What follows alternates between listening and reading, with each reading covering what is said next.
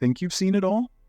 Get ready to rediscover old favorites and uncover cult gems hiding in plain sight. These 10 cult classics aren't just worth watching, they demand a second look. Even if you've seen some of them before, a rewatch is a must. Because time changes how you see things. The jokes land differently, the tension hits harder, and the characters feel even more alive. With timeless charm, bold style, and performances that refuse to fade, these films continue to pull audiences back in, again and again. What if the world you grew up in vanished overnight? The Wanderers asks this with a brutal clarity that echoes long after the credits roll. Not just another gang film, it's a cultural time capsule, capturing a moment already slipping away. Set in 1963, against the backdrop of Kennedy's presidency, the Vietnam War, and the Civil Rights Movement, the Bronx still pulses with the energy of Italian-American teenagers battling for neighborhood dominance.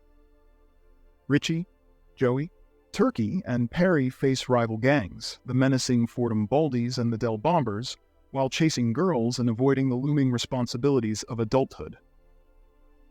What elevates The Wanderers beyond its violence and nostalgia is its eerie awareness that the world these boys inhabit is vanishing. The assassination of Kennedy, casually mentioned but devastatingly significant, marks the death of their way of life. In the final scene, Richie glimpses Bob Dylan's Greenwich Village, a world he doesn't understand, one that will soon swallow everything he knows. Kaufman creates a rare coming-of-age story where an entire era grapples with its own demise, stumbling toward a future no one asked for. The dream and the dreamer both awaken, but it's too late to return to the past.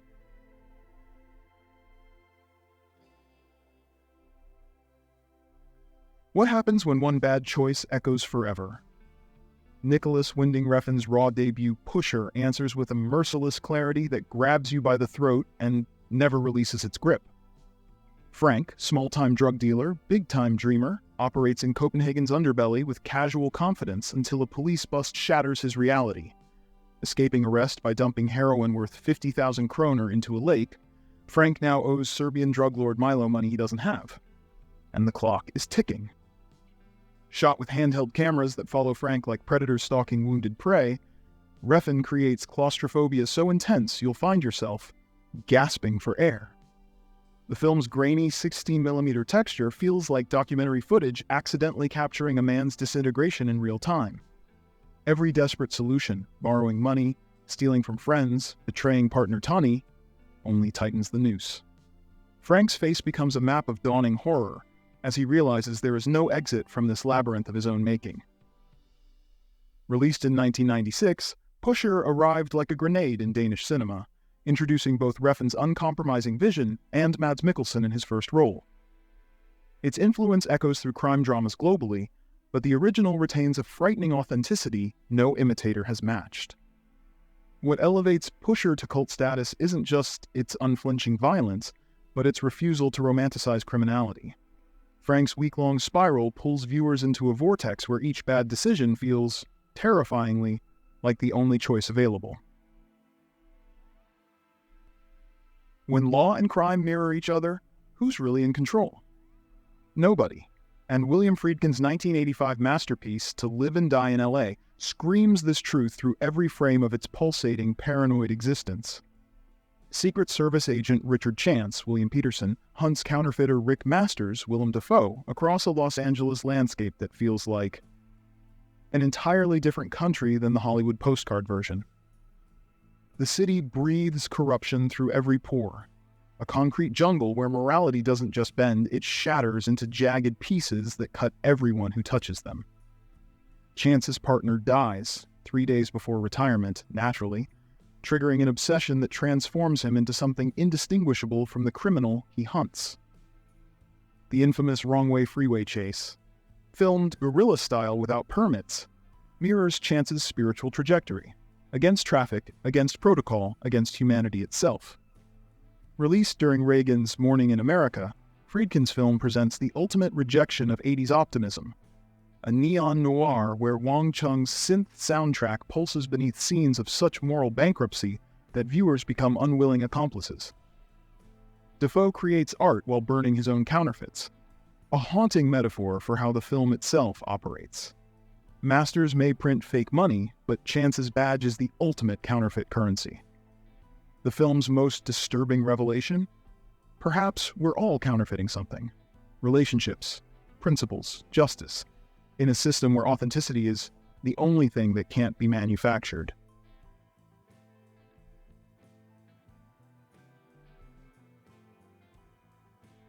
What if cruelty was a cover for fear? Beneath the swagger of Richard Linklater's heart-wrenching Dogfight lurks this question, haunting every frame like a ghost that refuses exorcism. The year is 1963. Marine Eddie Birdlace River Phoenix and his 4B's brothers spend their final night before Vietnam competing in a repulsive ritual, a dogfight where soldiers win cash by bringing the ugliest date.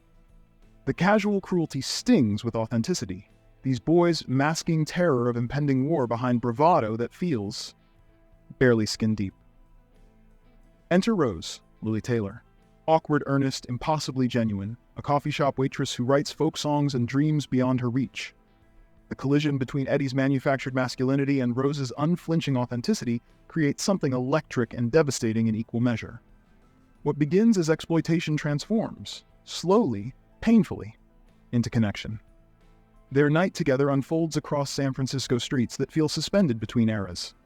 The dying breath of the 1950s meeting the first whispers of counterculture rebellion. Dogfight's genius lies in what it doesn't do. No sweeping redemption. No grand gestures. Just small moments that crack open the armor. Eddie's face as Rose sings, their first laugh together, his agonizing struggle to apologize without the vocabulary for remorse. The final scene offers no neat resolution, only the possibility that broken people might recognize each other's damage as the beginning of healing.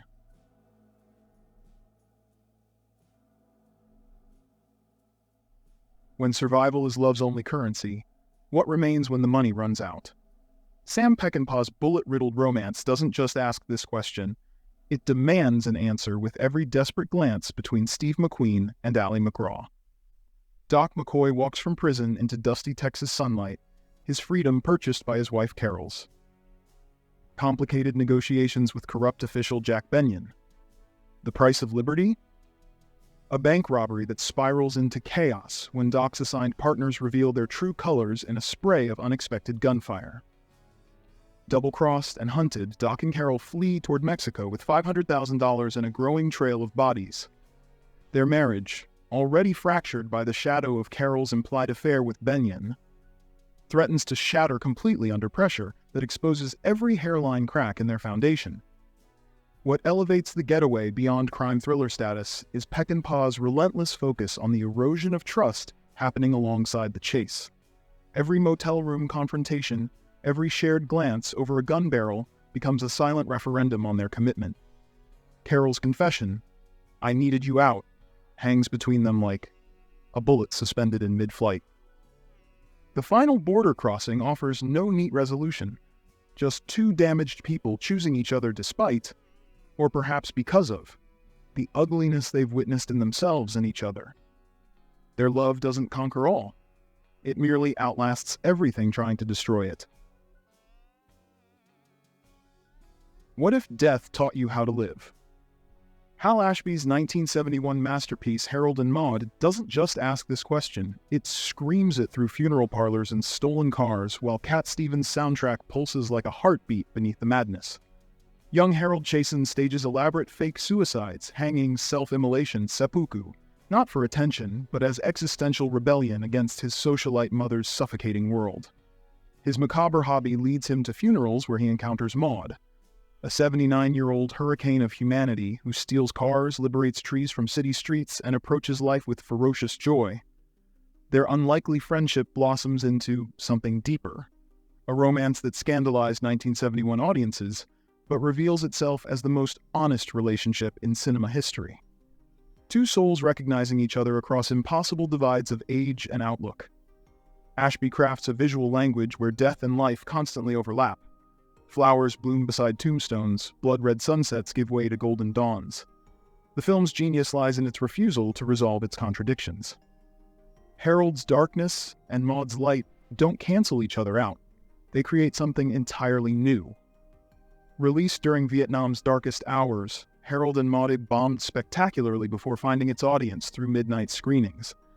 Its cult status grew from whispered recommendations. "This film will change you," passed between seekers who recognized its truth. Embracing mortality isn't morbid, but necessary.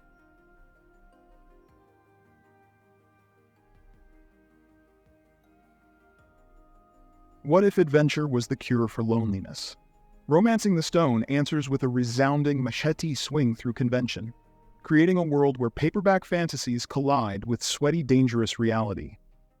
Joan Wilder, Kathleen Turner, romance novelist extraordinaire, crafts passionate adventures while living in isolation with her cat. Her carefully constructed New York existence crumbles when a desperate call from Columbia thrusts her into a real-life version of her novels: kidnapping, treasure maps, and certain death at every turn. The Jungle introduces Jack Colton, Michael Douglas, bird smuggler, reluctant hero, walking contradiction. Their relationship evolves not through moonlit confessions, but through breathless escapes from drug lords, crocodile-infested waters, and corrupt police. Every near-death experience peels away another layer of Joan's self-imposed isolation, until the woman who emerges bears little resemblance to the one who boarded the plane. Zemeckis crafts a masterclass in tonal balance. Genuine peril sits comfortably beside screwball comedy. Released in 1984 between Raiders of the Lost Ark and the film's inferior sequel, Romancing nearly became a catastrophic failure before shocking executives by capturing audience hearts and $115 million worldwide. Its enduring appeal lies in an unapologetic embrace of both fantasy and grit. Beyond the Emerald Hunt lies the film's true treasure: a woman who finds that chaos might be the only way to truly live. What does silence say when words fall short? Carol Ballard's The Black Stallion answers with crashing waves, windswept dunes, and the thunderous heartbeat of a magnificent Arabian horse racing across endless shores. Shipwrecked on a desolate island, young Alec Ramsey and a wild stallion, survivors of a disaster that claimed Alec's father, forge a connection that transcends language itself. Their wordless communion unfolds across 40 breathtaking minutes, where dialogue falls away like unnecessary weight. Cinematographer Caleb Deschanel captures their isolation with frames so stunning they border on hallucination. Silhouettes against burning sunsets, underwater ballet during shared swims, the delicate dance of trust building between species. Each image burns into memory like a prayer too sacred for sound. When civilization intrudes, as it must, retired jockey Henry Daly, Mickey Rooney, recognizes something extraordinary in their bond. The racing sequences that follow don't merely showcase speed, but celebrate a partnership forged in silence and survival. Released in 1979 amid blockbuster bombast, the film's contemplative pace confused audiences and studios alike. Francis Ford Coppola's American Zoetrope rescued the production, recognizing Ballard's vision as something precious and unprecedented. Ballard transforms stillness into a language more eloquent than exposition. Some connections between boy and horse, humanity and nature, exist beyond the realm where words could ever reach.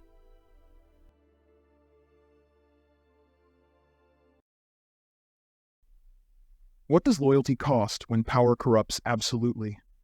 HBO's Gotti answers with a terrifying clarity as Armand Assante's eyes, cold as cemetery marble, calculate the exact price of each betrayal. John Gotti's ascension from Gambino family soldier to Teflon Don unfolds like Shakespearean tragedy in blood-soaked Armani suits. Director Robert Harmon crafts each murder as inevitable ceremony. Paul Castellano's execution outside Spark Steakhouse isn't just assassination, it's coronation through gunfire. Assante's performance transcends mere impersonation. He captures Gotti's contradictions with mesmerizing precision, the charm that disarms jurors, the rage that erupts when loyalty wavers. His courtroom outbursts, "I'm a thorough man," reveal the narcissism fueling his code of honor. Released in 1996, while the real Gotti began serving life imprisonment, the film shocked viewers with its unflinching depiction of mafia brutality.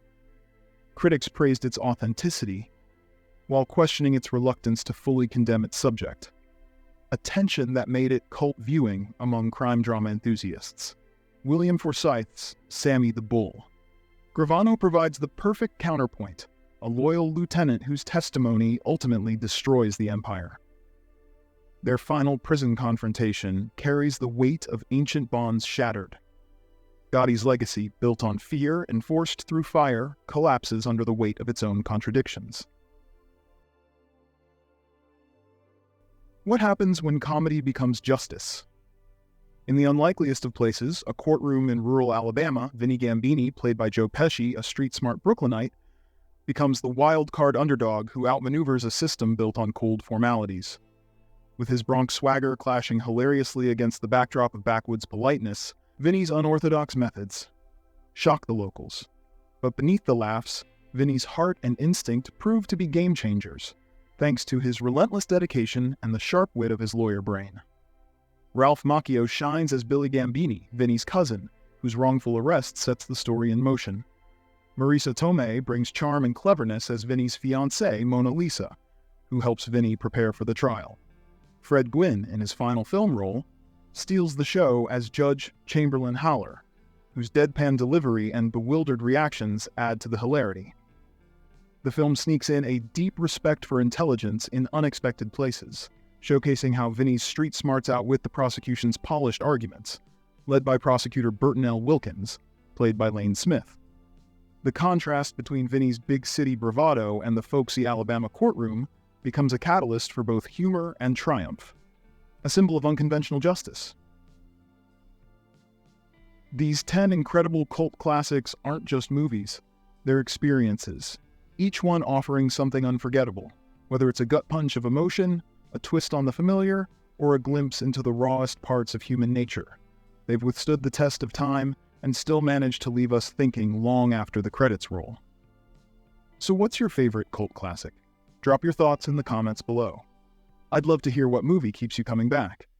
And don't forget to like, subscribe, and hit that notification bell so you never miss a deep dive into the hidden gems of cinema. Until next time, keep the films rolling, and remember, great movies don't just entertain, they transform.